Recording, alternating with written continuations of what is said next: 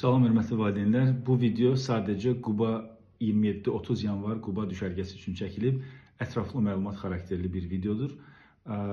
Sizlərə hər birinizə zəng eləməyə çalışırıq. Ancaq vaxt qıtlığından ola bilər ki, məlumat gecikər. Ona görə video çəkib sizinlə paylaşırıq ki, məlumatda olasınız. Növbəti mərhələ üçün videonu izlədikdən, ətraflı məlumat aldıqdan sonra qərar verib qeydiyyatdan keçməyinizi xahiş edirik.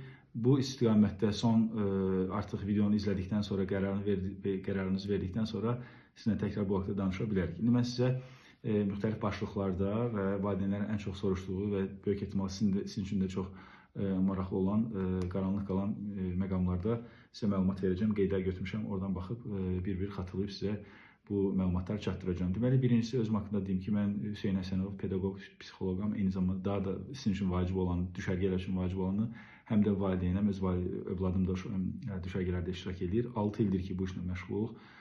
Düşərgələr keçirik hər fəsildə, qış, yay və s.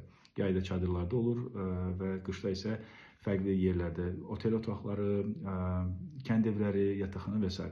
Bu dəfə Qubada olacaq 27-30 yanvar tarixlərində. 27-si Gənclikdən çıxacaq. Səhər inşallah 30-u da sizə təhvil verəcək övladlarımızı. 4 günlük səfər sığortası ilə sığortalanacaqlar uşaqlar.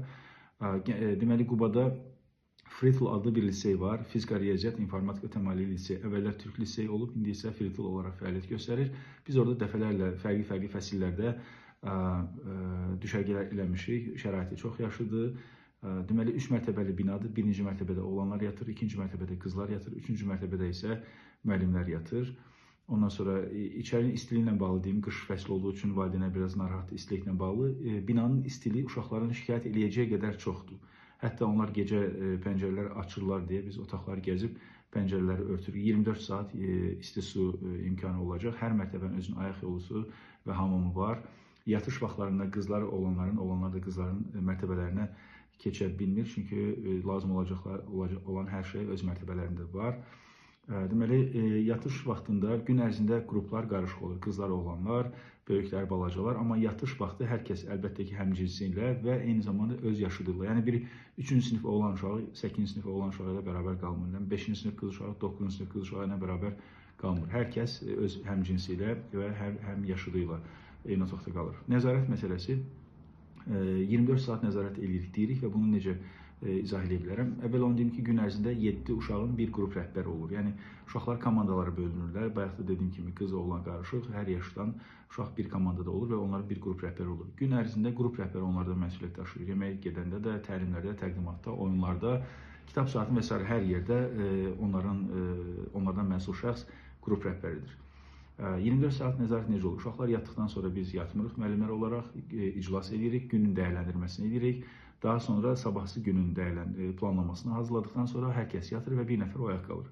2 saat sonra bir başqası, 2 saat sonra bir başqası səhərə qədər bu şəkildə nəzarət edirik. Oğlanların otaqlarını bəy müəllimlər, qızların otaqlarını xanım müəllimlər yoxlayır səhərə qədər ki, üstünü açan varmı, üşüyən varmı, hər hansı bir narahatlıq olan varmı deyə səhərə qədər yoxlanılır.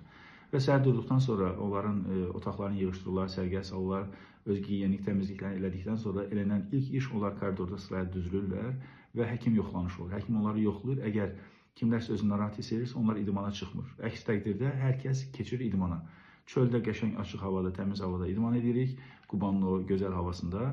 Sonra oradan keçirlər səhər yeməyinə. Səhər yeməyindən sonra başlayır təlimlərimiz. Təlimlərimiz nədir? Bəzən valideynlər soruşur, onlara dil dərsləri keçirirsiniz. Mən ingilis müəllimi olduğum üçün bəzən valideynlər elə bilir ki, düşünür ki, ingilis dərsləri olacaq. Xeyr, məktəbə aid heç nə yoxdur.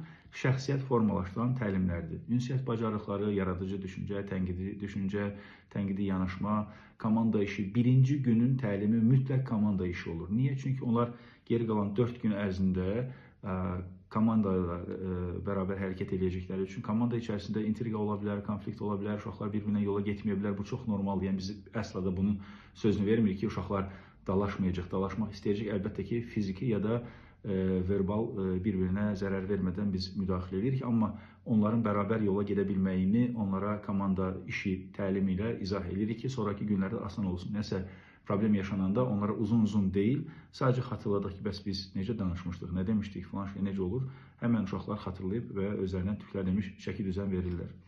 Gündəlik proqram necə olur? Bayaq dediyim kimi idmandan sonra səhər yeməyi, səhər yeməyindən sonra təlimlər, təlimlərdən sonra bir də uşaqlar təqdimatlar edirlər. Yəni uşaqların auditoriya qarşısında çıxış eləmə qabiliyyətlərini inkişaf elətdirmək üçün belə bir yanaşma edirik. Təqdimat edirlər uşaqlar keçdikləri təlimlər. Bəziləri orada role play edir, yəni səhnəcik göstərirlər. Bəziləri orada plakatlarda hazırlayırlar, göstərirlər təqdimatlarını və təqdimatların bir qızıl qaydası var. Odur ki, uşaqlar orada mütləq danışmalıdır. Yəni, mən danışmıram, istəmirəm, utanıram, yoxdur. Təqdimatımıza xoş gəlmişsiniz deyəcək olsa belə, bir cümlədə olsa, mütləq hər kəs danışır. Rus dili, Azərbaycan dili, ingilis dili fərqi yoxdur. Hər kəs danışır.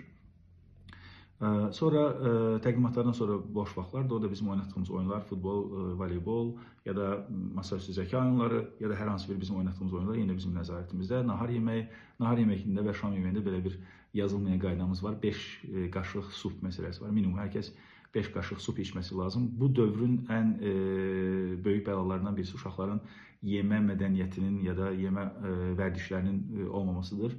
Sürətli yeməyə öyrəşiblər, sürətli yeməklər fast foodlarda çoxdur. Dolayısıyla istəyirik ki, səbirlə otursun, bədənini tanısın, anlasın ki, o supu niyə içməlidir, ondan sonra ana yeməyi necə yeyə bilər, çörək nə qədər yeməlidir və s. Çalışır ki, onları da müəyyən qədər aşılayaq.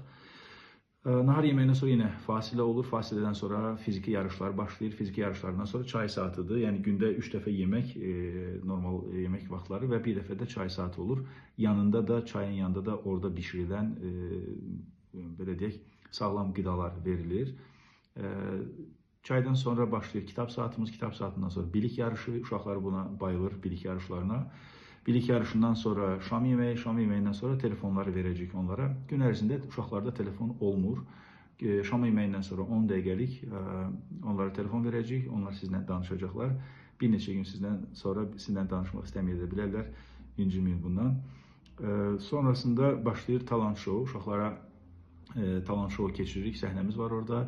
Səhnədə uşaqlar çıxıb öz qabiliyyətlərini göstərirlər. Orada əsla yarışdırmırıq, səhnəyə çıxmaqdan, uduzmaqdan, məğlub olmaqdan, ən yaxşı olamamaqdan qorxmamaları üçün biz onları yarışdırmırıq. Biz deyirik ki, yəni varlığınız, var olmağınız, səhnəyə çıxmağınız alqışa layiqdir, dəyərlisiz şuurunu aşılamağa çalışırıq. Dolayısıyla yarış yoxdur, amma talant şoudur. Uşaqlar çıxıb, birinci gün biraz çəkinirlər, amma ikinci, üçüncü gün artıq biz vaxt çatdırmaqda biraz çətinlik çəkirik, o qədər çox çıxmaq istəyirlər. Sonrasında da yatış. Bəzən bu talant şou yerinə film saatı ola bilər. Tərbiyə edici filmlər izlədirik onlara və sonrasında filmin müzakirəsi olur ki, burada nə demək istədi, qəhrəman niyə belə elədi və s. Onlara yenə nəsə aşılamağa çalışırıq. Yəni, düşərgə müddətincə sözün əsl mənasıyla həm əylənəcəkləri, həm də öyrənəcəkləri bir proqram hazırlamağa çalışırıq. Başda da pedaqoq və psixoloq olduğumu ona görə vurğulamaq istədim ki, yəni yanaşmalarımız pedaqoji və psixolojidir tamamilə. Valideynlər bəs necə məlumat alacaqlar, hansı ki, uşaqlarda telefon olmadığı üçün. Valideyn WhatsApp qrupumuz var. Valideyn WhatsApp qrupunda hər şey sizlə paylaşacaq. Məsələn, indi yemək yeyirik, indi təlimdədirlər, indi təqdimatdadırlar, indi idman edirlər və s. və s. Bu göndərəcəyimiz şəkil və videolar məlumat xarakterli olduğu üçün hər dəfəsində birində uşağınızın qulağını, birində ayağını, birində qolunu görə bilərsiniz. Yəni, tam belə qarşıdan simasını rahat-rahat görməyə bilərsiniz ki, məqsəd də o deyil. Yəni, məqsəd odur ki, buradadılar, salamatçılıqdır, hər şey yaxşıdır, narahat olmayın deməkdir. Amma əlbəttə ki, görmək istəyirsiniz, paylaşmaq istəyirsiniz bəlkə storylərdə. Ona görə sizə daha çox təqdimatlarda və təlimlərdən rahat onların sabit dayandıqları yerdən şəkil ya da videolar göndərəcəyik. Belə, gəldik proqramda nə var? Proqramda sadəcə orada mı olacaqlar, bu soruşulur. 2 dənə ekskursiyamız var. Birisi düşərgə müddətindədir, hansı ki, Kənd İN adlı agroturizm yeri var. Bizim yay